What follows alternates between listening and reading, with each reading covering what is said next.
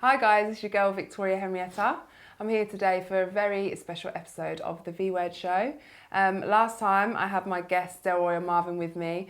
We were talking about Wiley's rant. Today we're kind of looking a little bit more at black culture, specifically in music, and how it affects us as black people in the UK and also the youth of today. So I'd just like to say hello to Marvin. How are you? Hello, not too bad at all. Good to see you again. Yeah, good to see you. How are you, Delroy? I'm very good, thank you. I'm liking the tracksuit. How can you not? You know. Hey, nice little tracksuit, fresh to death over there. Thank you. Something that I wanted to cover today, actually, off the back of what happened last time, what we discussed. A lot of people were very angry with my comment. Wiley comes across as this angry black man, and he shoots himself in the foot. And first of all, I want to clear something up. I'm not saying that I think he is an angry black man. I'm just saying that the masses may perceive him as that. Someone said in the comments that I couldn't comment about him being an angry black man because I'm not black and I should leave it to be dealt with within the black community. Yeah. I just found that shocking, first of all. I'm mixed race, I'm half white, I'm half black. I see myself as mixed race, but I also consider myself to be black as much as I do white, I guess. I suppose I'm more immersed into what we would call the black culture. But I wanted your guys' view on that. What do you think being black actually is? What is black culture? What is being black? Do you want to go or do you want me to Wow. Because obviously, first and foremost, it's the colour of your skin, yeah? Wow. Yeah. But next, it's the black experience, yeah? Okay, well, okay, you want to tell us? No, go on. No, you tell me. You know, you're here for a reason, Marvin's here for a reason, and I have my own reasons. I work with a lot of young people. Mm-hmm. And there's a lot of things that I've learned later on in life that I wish I'd have learned, you know, when I was younger. And there's certain things, there's certain key bits of like knowledge and awareness that young black or thereabouts black, depends where your, you know, where your window is. They need to know, and these things are just not happening right now in the black society, if you want to call it that. So what is, if you're asking me, what is it to be black? Well, you know, there's a lot of things that are discussed. This is a topic that's raised by a lot of people all throughout, you know, different platforms and stuff. And you know, everyone's trying to do their thing. There's two bits that I want to discuss, but the first bit really is, you know, if I cut straight to the chase of your question, what is it to be black? Yeah, I'm mixed race too. There's lots of different types of people who say I'm black, I'm black, I'm black, I'm black, and these are all different types of people. There's not one people that is, you know, black. Like, it's not like I'm Japanese or whatever, or any other type of nation. The feeling that I get, and the reason why a lot of people kind of like struggle to come together under one like distinguished identity, if you will, is because the term black it's not a designation that was set by black people. It's something that was created by the system To oppress. Under which, not necessarily to oppress, but it's like if you're Chinese, you was born and raised in China, and Chinese people decided we are Chinese. Yeah, I know I'm going off on a mad one right now, but stick with me. Standard. But black people, right? You get African people, yeah, and I can understand that. But the term black, yeah, black people didn't wake up one day. Tell me if I'm wrong, but black people didn't wake up one day and say, "I am black." And probably the same for mixed race people as well. In fact, yes, I'd probably say that mixed race people didn't come together as a collective and say, "We are the mixed race people." Do you see what I'm saying? So what I'm getting at is, the black people is a designation that was created by the dominant system under which black people live. Mm-hmm. And I suppose if you think of an example, it's like use Chinese people. It's like Chinese people saying the yellow people. Yeah. Do you get what I mean? Exactly. It makes no sense. It makes no sense, exactly. So we all say, you know, I'm black or I'm mixed race or whatever it is. We identify with being black. But we are identifying with something that was created not by us, outside of us, for us. So what is the purpose? You know, I'm talking about young people, and we're trying to affect the future generations. What is the focus for these people? What is this sense of blackness that they're trying to live by. And there's a lot of people who, you know, who identify as black. Obviously, they are black of colour. They identify with that strong sense of blackness, I guess. But I don't know how many black people are out there making changes within the community, which is, I think, is something in terms of developing the black culture. That's what people should be doing. If you aren't out there trying to make yourself a better person, or you're not out there trying to help people within your community or do something, you know, you're not helping your own community, which means you're not helping your own cause. I don't really see progression there in many ways, which I think is a bit of a problem with black culture. So say, for example, if we were to look at grime music, a lot of grime music is money, trapping, women, like how many watches have I got, how many diamonds have I got, but how is that actually even relevant? I think before you even move on to that, I think really, if you took, going back to the original point that you made and then Delroy sort of picked up on, it's kind of about us attacking ourselves. Even if you look at any other, you know, you mentioned Chinese, you could mention Jewish, you could mention Asian, other communities band together far more than the black community do. Do you know what I mean? When it comes to business, when it comes to progression, do you get what I mean? Like, they just do it naturally. And we, no matter how many years pass, I mean, historically, you could say, okay, you had things like Black Wall Street, which, do you know what I mean, is an example of how it happened historically. But now, I don't see enough present day examples of it. I see more examples of people attacking each other black people, i.e. your comment online. And, you know, you could have 100 other examples. That's just something that's systemic and is something that probably relates to history, and I don't know how that gets fixed. Do you get what I mean? Because people have tried over the years, and obviously you got to start with young people, but there's just this massive gravitation towards negativity. Do you get what I mean? Yeah. And a massive gravitation towards us hating ourselves. Like the whole light skin, dark skin is nonsensical to me. You know, I hate the word, the N-word, and how freely it's used within music. Do you know what I mean? I know you're coming on to music, but that's something that grates with me massively. Me too, I prefer if it just wasn't used at all. And I think, you know, this is a conversation that loads of people have covered as well on the N-word and it being used in music, and people saying, oh no, we've adopted it and it's our thing now. And that's just foolish. Yeah, Do you know and what I mean? for me, that word links to slavery and oppression. So I wouldn't go around to someone and be like, yes, my slave, how are you? Like, because it's just so insulting and so derogatory. I can't see how the word can be taken back and seen as this positive thing. We've reclaimed it. I don't get that at all. You know, if someone wants to argue that, that's fine. You know, they're gonna fill their head with whatever content they feel, and there's a lot of stupid people around. Regarding blackness, you know, it's a group of people that have been banded together because, you know, according to someone else, they look all the same, so they are this, and we're going to label them as that. But these are many different types of different people. These are different ethnicities and different cultures themselves that are all put together. If these cultures don't work together and if they attack each other, it's not surprising because already these are peoples that are on the back foot and trying to work their way from, you know, a disadvantaged situation. But this is also peoples who are put together in one group who maybe shouldn't be in one group, you know what I mean? Africa is the home, right? We talk about Africa, but obviously this is one big piece of land that is, again, you know, as we all know, carved up. But these are people who are not African who did that. So I get what you're saying. I understand what you mean in terms of not everybody has to be together, but at the same time, they don't have to tear each other down. Do you get what I mean? Yeah. The whole sort of crabs in the barrel sort of mentality. I suppose an example of what you're saying would be sort of the caste system within the Asian community and all that kind of stuff. There's still more examples of how they're coming together as a community or support each other as a community. Do you know what I mean? Whether it be businesses and they're like, oh yeah, you know, I know there's an Asian business down there, so I'm going to go and buy my stuff from there or whatever. Like, I'm tired of seeing examples of when black people open businesses and people just don't go.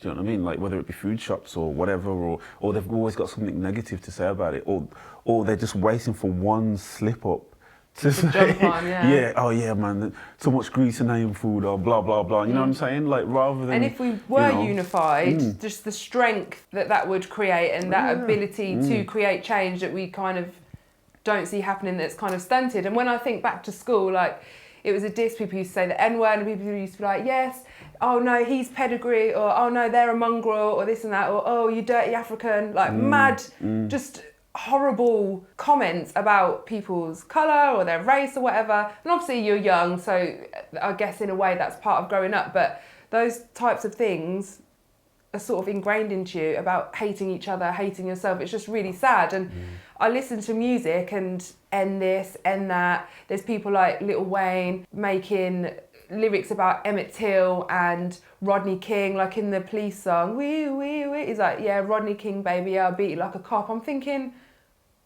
it's not a light matter. Like, how can you use that person's name in that way? Someone from within your own community who was treated the way that he was, like, it's disgusting. And Jay-Z saying, you know, eat the cake, anime. Maybe Tiger or someone in Chris Brown's Deuce's song, he says, like Ike did Tina in the taxi, I beat her up, or something like that. Tina Turner was a very strong, successful black woman who was beaten and raped by her husband and abused for many years, and people have thrown it into a song like it's okay. I'd never even thought about all the lyrics that came before when, because obviously his latest album is 444, which is the most, hands down, the most positive project he's ever released. So I think that'd be an amazing question to ask him where he is now in his life, because obviously it's all about progression, right? Do you know what I mean? You'd hope. Yeah, there's things that you've done most people have done in their past they're probably not proud of, but that was their journey to where they are now. The main thing is to be in a better place now. But a question for him, which would be a great one, would be, looking back at some of those lyrics, is that something that you do now in your music? Do you know what I mean? And if we look at how influential music is and how ingrained it is into our lives, like I listen to music when I'm washing up, I listen to music when I'm getting ready, you know, the kids listen to music. When I think about some of the things they're listening to, and you know, I work in a secondary school, they're all like, Miss, you need to listen to drill. Have you heard this skeng man, this? And I'm thinking, I don't want to listen to music that talks about killing people, murdering people, drugs, like, and you shouldn't be listening to that too. But, and subconsciously, what is that doing to our youth? Because it's not healthy to be listening to negative music like that. And even big people, so say for example, we've got Stormzy, who did his tune about, you know, I was saved by his grace and this and that, and I found God and I changed my life around.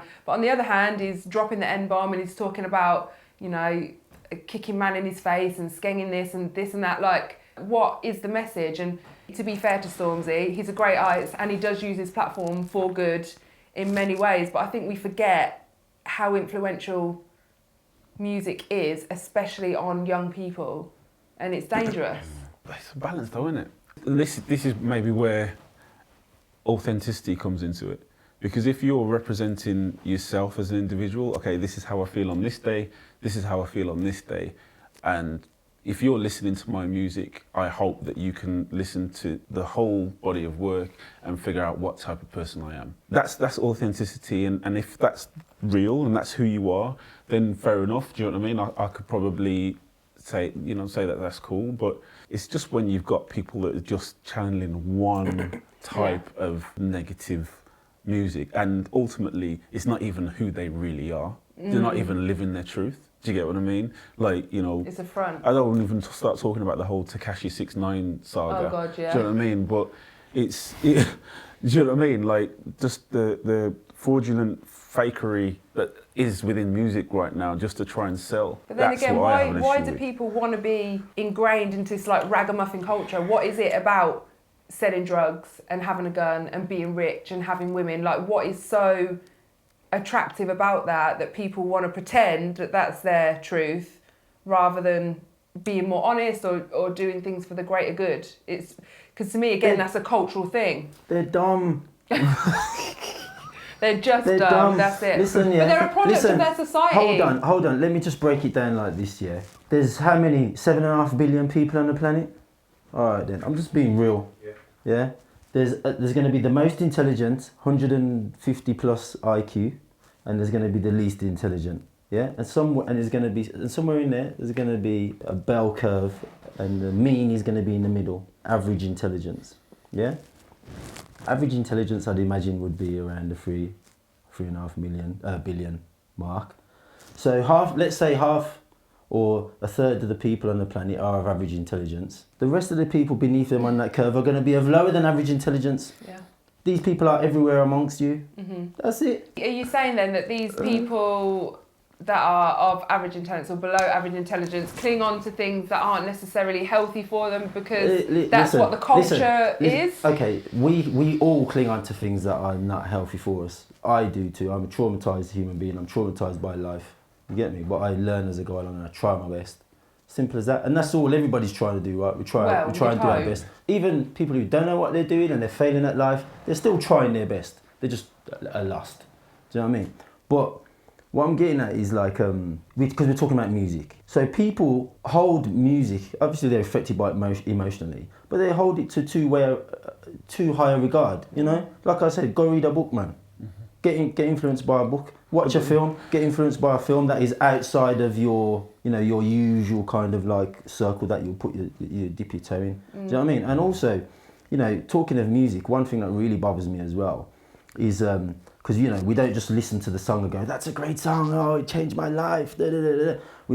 We go, "Oh, this artist is this. This artist is that. This artist is this. This artist, whoever they may be, is just someone who's just lived a life and been traumatized by it themselves. This is not some great scholar or some great learned person or some philosopher. This is a person just going, "Bleh, this is my experience." It's interesting what I really need to put across though is these musical artists are not qualified to influence your life, not my life for sure. It's true. So, but you got youngsters who think, "Oh yeah, they're the be all and end all." Not just music.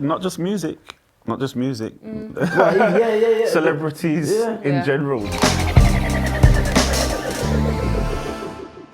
It's interesting that you brought up trauma because do you think that black people are more traumatised because of the ingrained racism in society, because even perhaps as deep as going back into their DNA because of the atrocities that have happened to black people over the years? Do you think that causes maybe black people to attach themselves more to a desired lifestyle that isn't necessarily healthy? 100%, man. Yeah? 100%, without a doubt, I think. Do you know what I mean? Both historically and being a product of their environment, you know what I mean, depending on where they grew up. To a certain degree, we ain't got enough time to deep dive right now, but ultimately it's about how you get out of that mindset, get out of the situation you're in and move forward, and how you ensure that there's progression, do you know what I mean, within your life. Do you know what I mean? Going back to what you were saying about celebrities influencing the youth, the problem is they are influencing the youth. Like me growing up, and I can say this now that I'm older, I probably wouldn't have said it at the time, but I don't think that there was a greater influence on my life more than my parents when I was growing up. Do you know what I mean? There were people that I liked, or people that I thought, "Oh yeah, they're cool," or "I like their music," or this, that, the other. But now it feels like youngsters are just looking towards celebrities and music artists for guidance, for answers. I'm going to ask you a personal question now though. Did you have a good upbringing with parents who supported you as they should? Define good. Because everybody's good is different. Do you know what I mean? Yes, but I just feel like maybe, I'm very lucky. I had very kind parents who loved me and looked after me, but if I compare myself to some of my friends who, for example, a lot of people don't see there's anything wrong with beating, but they used to get beat every day and that traumatised them. And I know that it did, and I know as an adult they still work through those traumas or, have been shaped by that trauma, and then they're going on to have their own children, etc. I just wonder, can you be more influenced by music and society if you don't have that element of stability and love and safety at home? I think it's how you process that influence though. So to answer your question, hands down, 100%, my parents love me and so on and so forth. On the positive side, on the negative side, they weren't really together. Do you get what I mean?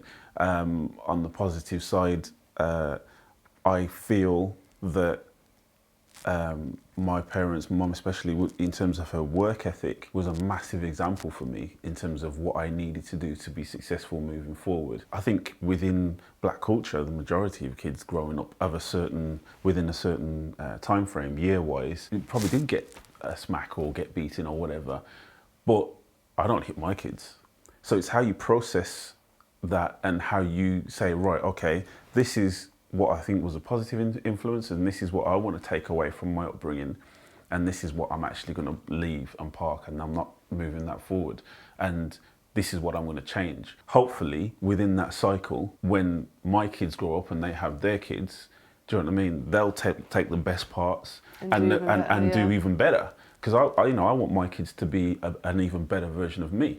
Do you know what I mean? Yeah. But ultimately, going back to what you're saying, I'd rather look at taking the positive parts of my upbringing and you know, but perhaps examples you're in of my that top parents. percentile of intelligence. Maybe you're average and above, and you have the ability to step outside of yourself and think, okay, this was what was positive, this is what was negative. I need to do this, this and this to improve myself. I don't think everyone has that ability, or they're so traumatised, or their surrounding is so consuming in a negative way that they aren't able to do that. And I think then that is a continuation of negativity. Yeah, I mean, you know, if you want to sort of put that out there on your show and tell everyone that I'm extremely intelligent and so intelligent. You're happy with that? I'll take it. No, but seriously, like, I think that this is what I think people need to sort of strive to do, to process things in a better way, in a more positive way. Do you know what I mean? Like, and that is something we could do within our community, though. Yeah. There's a lot of noise, there's a lot of nonsense. Going back to what you're saying in terms of out there, you know, in the environment, they talk about air pollution, noise pollution, light pollution. What we've got, and I'm probably speaking on this because it's the industry I'm in, but there's a lot that's put out there within advertising and you know, X Factor and all these other things on TV that is just noise. Yeah. Do you get what I mean? It's not necessarily thought pollution. It's not anything of like it's just substance. noise. You know, it's not positive. And especially if you don't have a filter built in to actually say, right, okay, I'm not gonna let that sort of enter my mind or affect me. But actually that is quite good and that is correct. Do you know what I mean? Yeah, I mean, this makes me think of, like, you know, there's the popular phrase, for the culture. That's all you ever hear nowadays, for the culture. I wake up, I hear for the culture. I go to sleep, I hear for the culture. I hear it coming out of people's mouths, yeah. The people are like, you know, barely 18 years old and talking about for the culture, like they know what they're talking about. Like, what is this culture? What is it? Like, everything that we do as black people, let's say in the Western Hemisphere, is always going to be a reaction to the dominant culture that we're embedded in. Our culture is a response to the dominant culture. Because remember I said, like, you know, the black designation, the category was created by white people. I'm just going to go in there now because we ain't got much time left. Yeah? So I'm just going to go in there. Yeah. Like, black was created by white people, right? In my opinion. Shoot me down if you think I'm wrong. Yeah.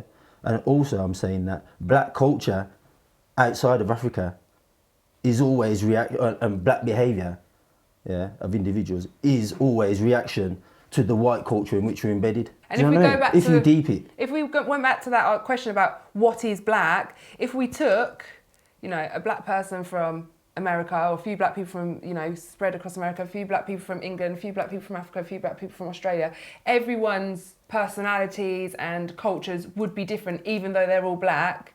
And it's interesting because my dad was a very religious Seventh-day Adventist, was very strict. I can imagine at school, for example, if I'd have behaved in a way that he did a lot of the time, people might have called me like a coconut or something, because I wasn't like, yeah, fam, what you saying? Because I wasn't being ghetto. It's which funny is a reaction to people cling on to the situation you find yourself in. It's we're very defined by interesting. our struggle, as people say. But you know, we again, this idea about progression, we should be moving forward. But I'm going to put you on the spot. People gents. are lost, man. Yeah, it's true. Because we're all traumatised at the end of the day. Can you name me some positive artists, some artists that spread a good message in our modern society? Musical artists. Yeah. I like Akala personally. Yes, I love Do you know what Akala, I mean? yeah. That he's one of my. It frustrates me when you hear him do a freestyle or fire in the booth or something. He just absolutely shuts it down. Yeah. But then when he does an album, it's kind of like, yeah, you know, you really want him to have that same energy and that same That fire. Yeah, and bring that to an album. But you could say that about a lot of artists who are lyrically incredible and the content is amazing, but then when it comes to the album, they always fall a little bit short. Do you know what I mean? People talk about Nas and so on and so forth, but yeah, I'd say Akala for me personally. And I like Akala because he goes into schools, he goes around to colleges, he does a lot of he uses his platform to raise awareness for bigger issues, which I think is so important, and it's really positive to see someone doing that. But I also don't think his voice is as big as it should be, because there should be loads of people. No, like I've showed absolutely. videos of him to kids at schools that I've worked at, and they've been like, oh, he's rubbish. And I'm like, are you actually listening to what he's saying though? You're not, because he's not talking about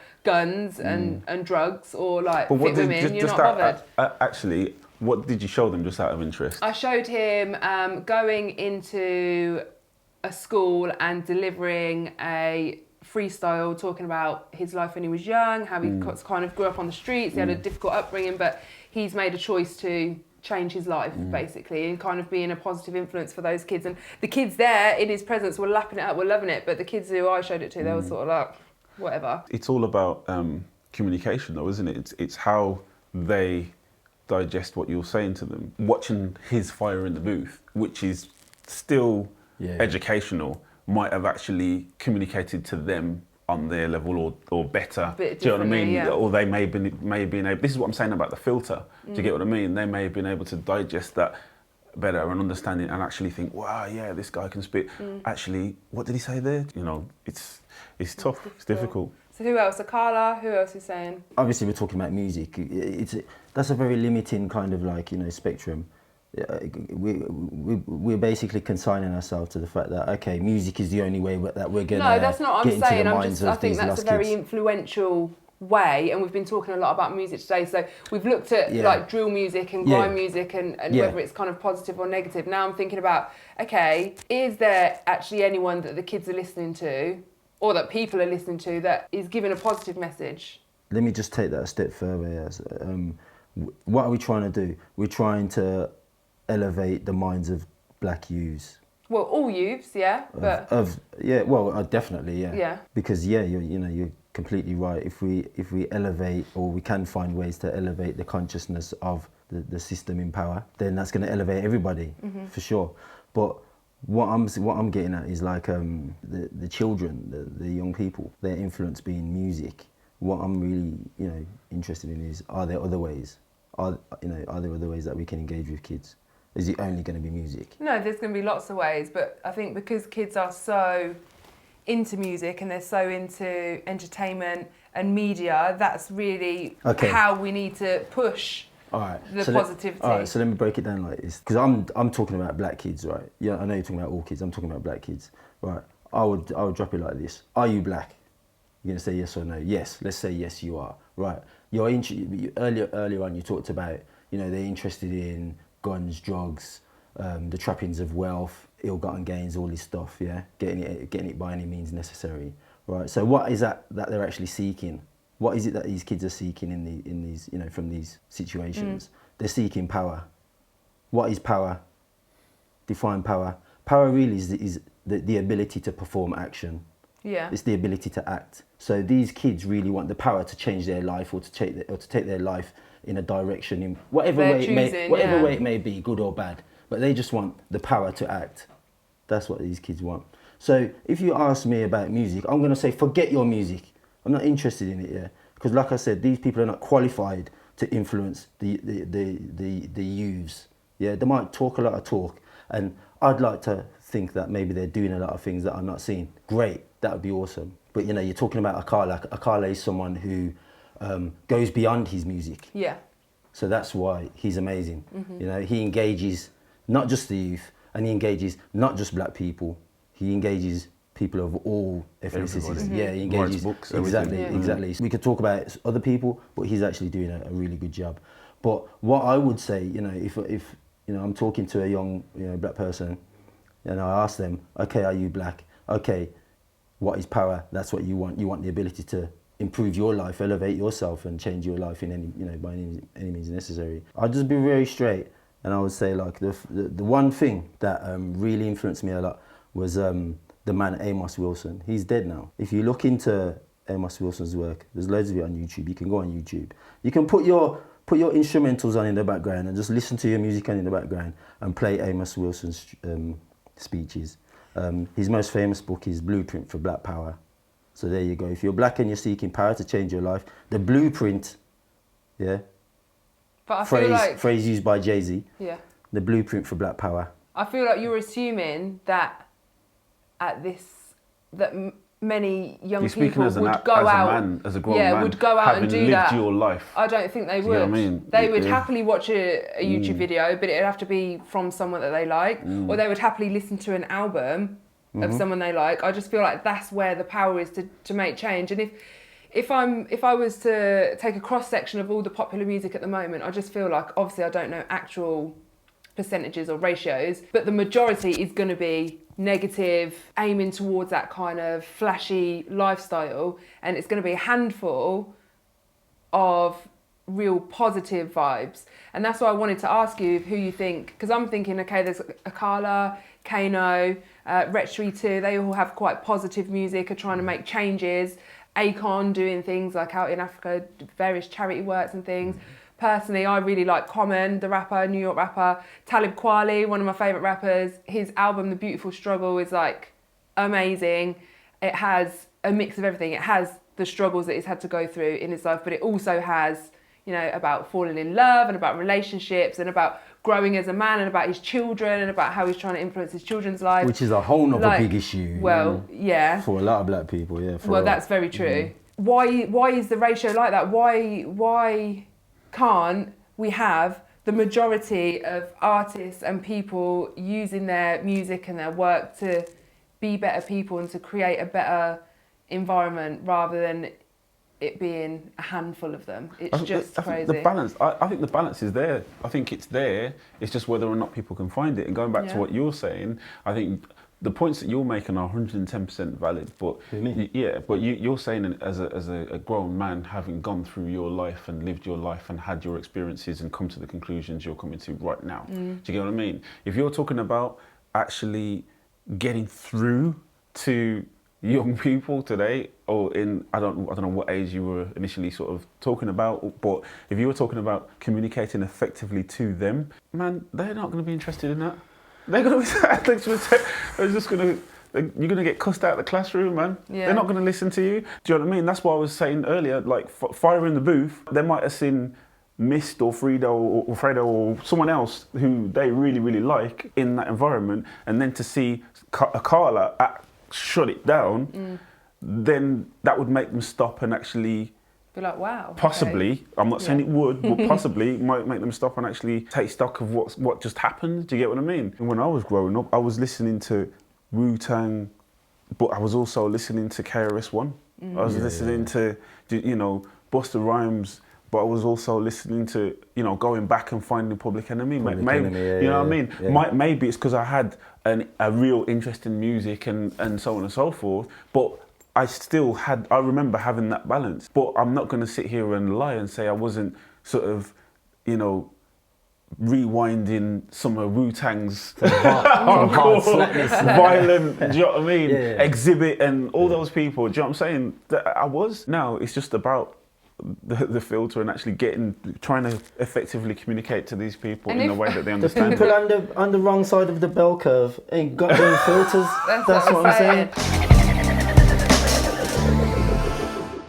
I agree with you what you're saying about culture or black culture, but ultimately black culture is a multi-billion pound industry that we don't capitalise on anywhere near enough. And people cling on to certain elements of it because they see that bit as attractive. And then there's other bits that will be throwaway, or, it's just like a pick and choose, and again, like perpetuating certain stereotypes. They don't even think big enough. They don't think business-wise, this is my culture, and rather than someone else making money out of it, this is how I want to tell my story, or I want to do it myself, or however you want to communicate it, and take it to a next level. Even if you look at what Jay-Z's achieved now, or if you look at what Puff Daddy's achieved now, you know what I mean, with the Revolt Network, or you know, with Tidal, or with Ciroc, or any of those businesses, that was a gradual process. Do you get what I mean? They didn't come straight out the gate and say, right, you know, I know more about this than anyone else, this is what I'm going to do. It was a gradual process. And going back to what you're saying about school kids, how do you get them to understand that? Forget all the negativity and the momentary 15 minutes of fame and world star nonsense. How do you get them to understand the art of what could be possible for them as an individual? Do you get what I mean? Yeah. And to me, that's the key, getting them to understand that, because then if that happens, that's when you're going to see a real change. Yeah. So thank you for joining me, guys. That was a really interesting conversation. I think there's a lot more really we need to cover. We haven't got enough time to dive into everything. So keep your eyes peeled for the next instalment, where hopefully we can look at a lot of the subjects we've covered today in more detail, and it will be really interesting to hear you guys' feedback. So thank you very much for watching the V Word Show. It's your girl Victoria Henrietta, and see you soon. Peace out.